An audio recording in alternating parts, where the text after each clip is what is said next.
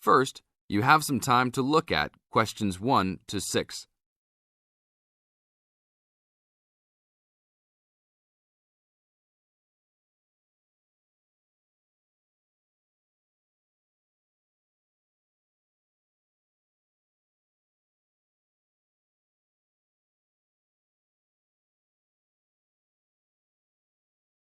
Now listen to the tape and answer the questions. Hello? Hi, good morning. Are you open yet? Yes, we are. Come in. Would you like to rent an apartment in the city? Well, kind of. I'd rather rent one near the harbor if possible. Oh, okay. Do you like the water? Yes, I do, but I actually repair sailboats for a living, so I'd like to be close to work. That's understandable. We all want to live close to work. Well, I think I have something near there. How many rooms would you like? Just one. I'm alone. But I would like to have an extra room for my dog. So you'd like 2 rooms and an apartment that accepts animals. Here's one. It's 1 block up from the harbor and renting for $445. How's that? That's perfect. Just what I was hoping to pay. What floor is it on? Floor? Oh, it's on the 12th floor. That's too high. I'd like to be on the 1st or 2nd floor so that I don't have to use the elevator. My dog, he's scared of them. Oh, well then, that's a little more complicated. Let me make a few calls. Okay, I think I found a couple more for you. Here's one that might suit your needs. How much? $395 a month. That's cheap. But it's only a 1-bedroom, a large one, but it's still just 1 room. Oh, well, regardless of whether the room is small, I still need a separate room for my dog. What else do you have? Then I have a 2-bedroom for $565 on the 2nd floor that is a little further away from the harbor. How far? About a half mile, and they accept pets. That's a little more than I had planned on paying, but I guess I could look at it. What's the address? 224 Williams Avenue, Harbor Square. 224 Williams Avenue. Got it.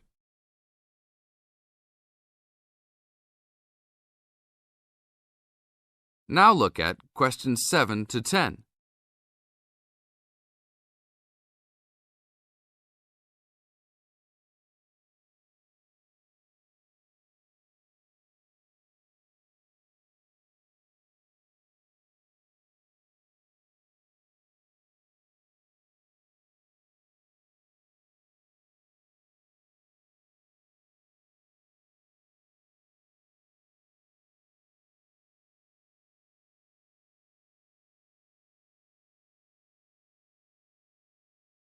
As the talk continues, answer questions 7 to 10. What else is included? Let's see, it has a washer and dryer, refrigerator and stove, a bed, dressers and shelves, and access to a swimming pool, game room, and gym. Ooh, I'll definitely take a look. Hi, how did you like it? It's great. I love the amenities, but the bed and furniture are awfully dirty. Can they replace those before I move in? Sure, that shouldn't be a problem. Anything else? Yeah, I didn't see anywhere to park my car. Is there a parking lot in the basement? Yes, there is. Would you like to rent a space? No, I'd like that to be included in the rent. Oh, well, I'll see what I can do, but I can't guarantee that. Do you want to take it anyhow? If those 2 issues were solved, I would love to take it. That is the end of part 1. You now have half a minute to check your answers.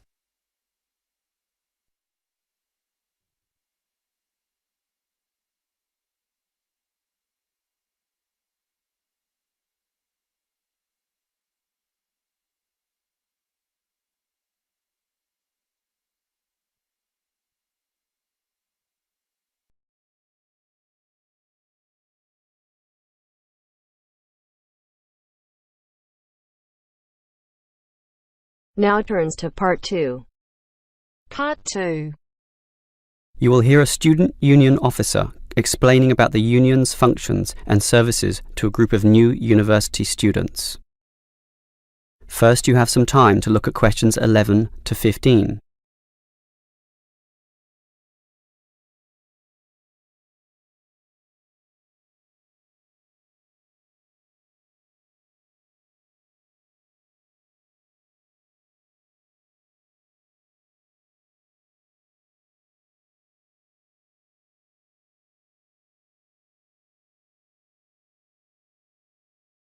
Now listen carefully and answer questions 11 to 15. Hello everyone. Now, here you all are, new university students. And the first question you probably have is, what is a student union? Another question is, do I have to join? Well, regarding this second question, let me say that membership used to be compulsory in the past, but that did cause some controversy, particularly from students who wanted to remain free and unaffiliated, and this university responded. So, joining up is no longer compulsory. It's totally up to you, although I'll admit there is a fairly strong obligation to join, since all students benefit from the large variety of services that we offer.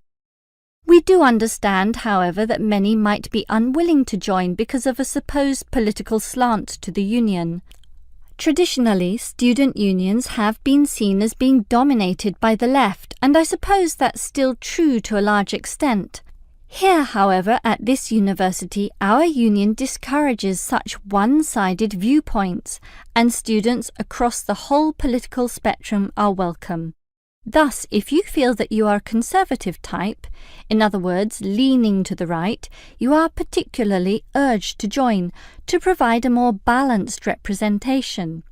Now, let me move back to the first question. What are we? We are a formal organisation, but totally independent of the educational body. We make our own rules, rent our own premises, and organise ourselves as we wish, and our mission is basically to help you. For example, do you remember how you all arrived in late February to have an orientation week? That gave you an invaluable induction into life here, right? Well, the student union organised all the festivities at the end of that. The barbecues, partying and drinking, and even the musical entertainment as well. We'll do that again on occasions, and as always, those events take place on the football ground. Now, do you have any questions before I move on? Before you hear the rest of the talk, you have some time to look at questions 16 to 20.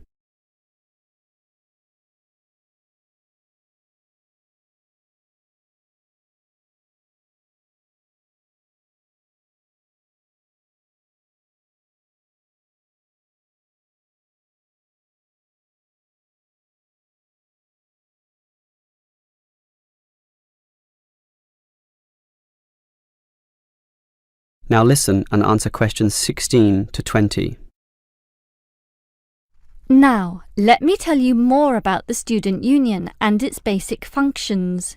In general, there are three: social, organisational, and representational. Let's look at the first one. Basically, the union provides many social outlets for you to relax and have a better life at university. If you go to our union office, you'll find a list of the many clubs and societies we have, where you can make many friends with people who share a common interest. So, after class, sit with them in the cafeteria and discuss whatever takes your fancy. We also maintain sporting facilities and even our own gym, allowing you to relieve some of that pressure and worry after a particularly hard session in the classroom. And we have some small shops and other places where you can buy clothes and sporting gear, in other words, some retail outlets. And if you flash your student union card, you'll get up to 20% discount at the bookshop. But unfortunately, there are no discounts at the union cafeteria. Sorry, no cheap cappuccinos. Finally, there's a student union newspaper, and you're welcome to contribute or put in advertisements if you're buying and selling goods or textbooks. You can also place notices of a more personal nature on the notice board of the union office itself. All right, Let's move on to our more serious functions, which are helping you get through life here, as well as representing you in times of trouble. Regarding the second issue, if you have a problem or a grievance, or if you feel under pressure or depressed for reasons both inside and outside the university, for example, perhaps a dispute with your landlord or the people in your local gym, then come to us. We have a range of counsellors and helpers, and even some lawyers, who you can meet in the conference room. So just sip a cup of tea or coffee with them and tell them your troubles, and they'll be all ears.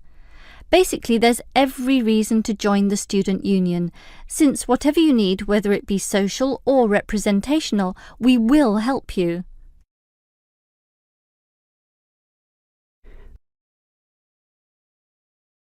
That is the end of part 2. You now have half a minute to check your answers.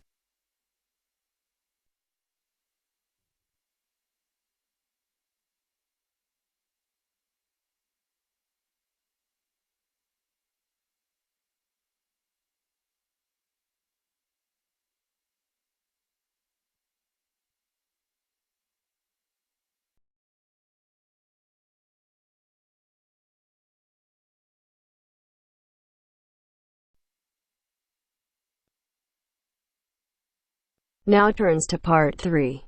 Part 3. Listen to somebody giving a talk about how setting goals can help you achieve more. First, you have some time to look at questions 21 to 24.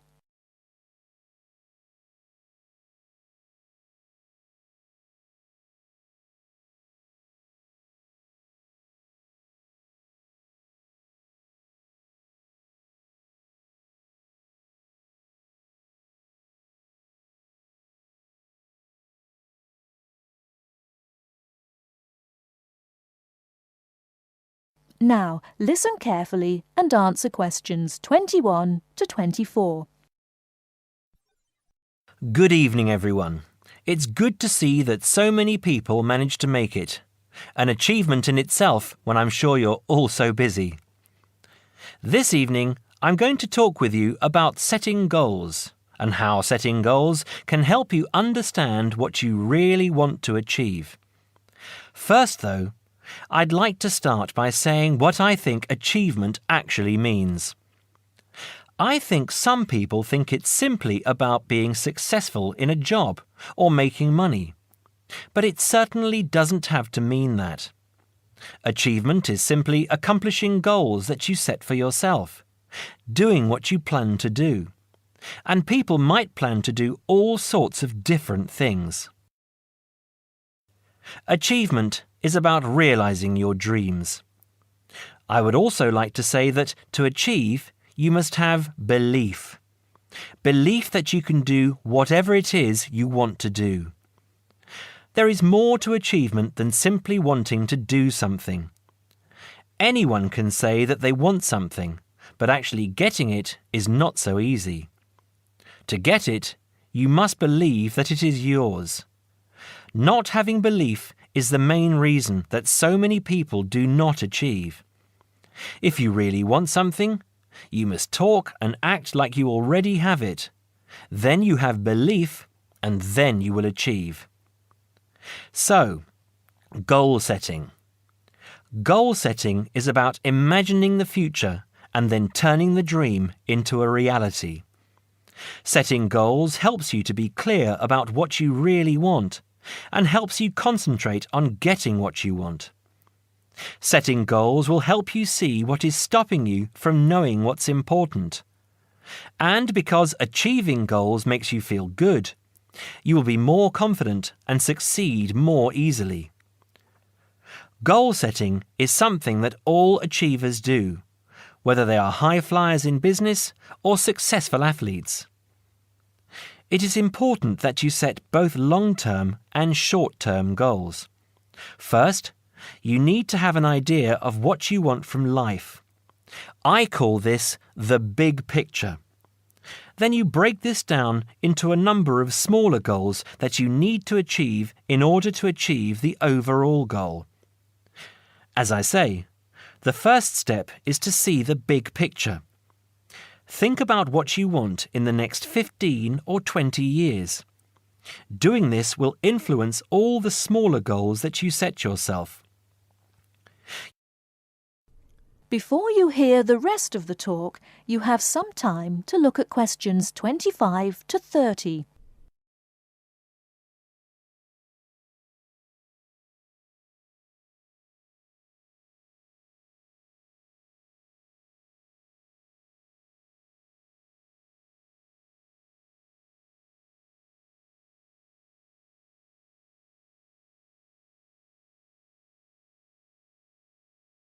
Now listen and answer questions 25 to 30. You need to think carefully about different areas of your life and how they influence each other. You should identify the important areas of your life and try to set goals in each of those areas. Here are the areas that most people want to focus on, but remember that everyone is different. First, think about your career. How important is your career to you? Do you want to be a manager or run your own business?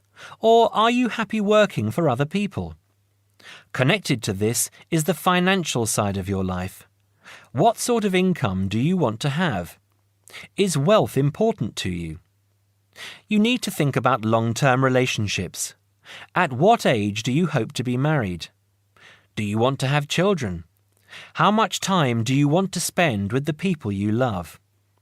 You need to think about your health and how that could change what you can achieve. How will you stay healthy as you get older? Do you do anything that is not good for your health? And how will you try to do those things less or stop doing them completely?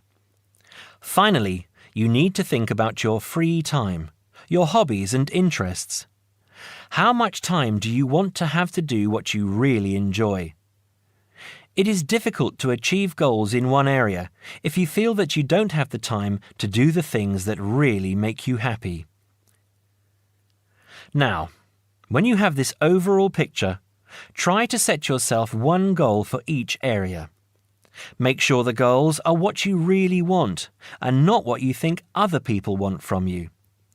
Of course, in life, it is important to make the people around you happy, but you must focus on what you want. Now, I will go on to talk about how to break your lifetime plan down into short-term goals. But first, does anyone have any questions about what I've said so far? That is the end of part 3. You now have half a minute to check your answers.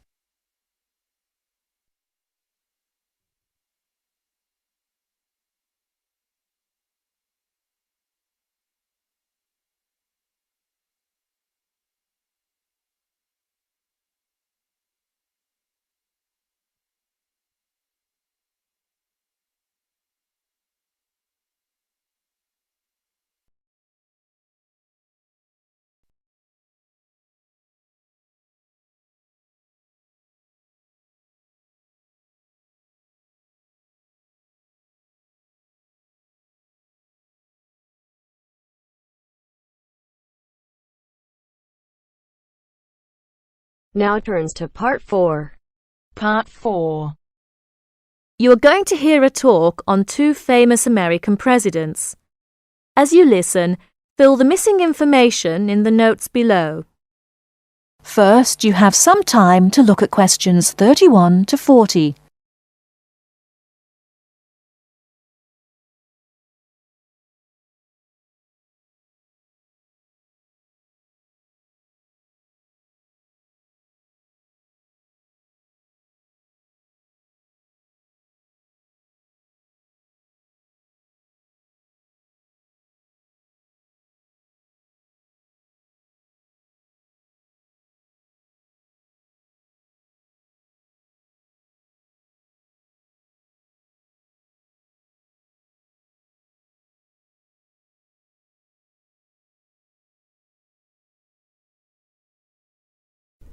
Now listen carefully and answer questions 31 to 40. John F. Kennedy and Abraham Lincoln lived in different times and had very different family and educational backgrounds. Kennedy lived in the 20th century, while Lincoln lived in the 19th century. Kennedy was born in 1917, whereas Lincoln was born more than 100 years earlier, in 1809. As for their family backgrounds, Kennedy came from a rich family, but Lincoln's family was not wealthy. Because Kennedy came from a wealthy family, he was able to attend expensive private schools. He graduated from Harvard University. Lincoln, on the other hand, had only 1 year of formal schooling. In spite of his lack of normal schooling, he became a well-known lawyer. He taught himself law by reading law books. Lincoln was, in other words, a self-educated man. In spite of these differences in Kennedy and Lincoln's backgrounds, some interesting similarities between the two men are evident. In fact, many books have been written about the strange coincidences in the lives of these two men.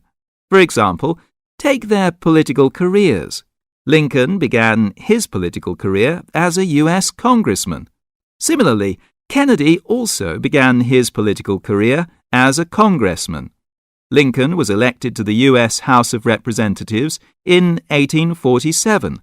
Kennedy was elected to the House in 1947. They went to the Congress just 100 years apart. Another interesting coincidence is that each man was elected President of the United States in a year ending with the number 60. Lincoln was elected President in 1860, and Kennedy was elected in 1960. Furthermore, both men were president during years of civil unrest in the country. Lincoln was president during the American Civil War. During Kennedy's term of office, civil unrest took the form of civil rights demonstrations. Another striking similarity between the two men was that, as you probably know, neither lived to complete his term in office. Lincoln and Kennedy were both assassinated while in office. Kennedy was assassinated in Dallas, Texas, after only 1,000 days in office. Lincoln was assassinated in 1865, a few days after the end of the American Civil War. It's rather curious to note that both presidents were shot while they were sitting next to their wives. These are only a few examples of the uncanny and unusual similarities between the destinies of these two American men, who had a tremendous impact on the social and political life of the United States and the imagination of the American people. That is the end of part 4. You now have half a minute to check your answers.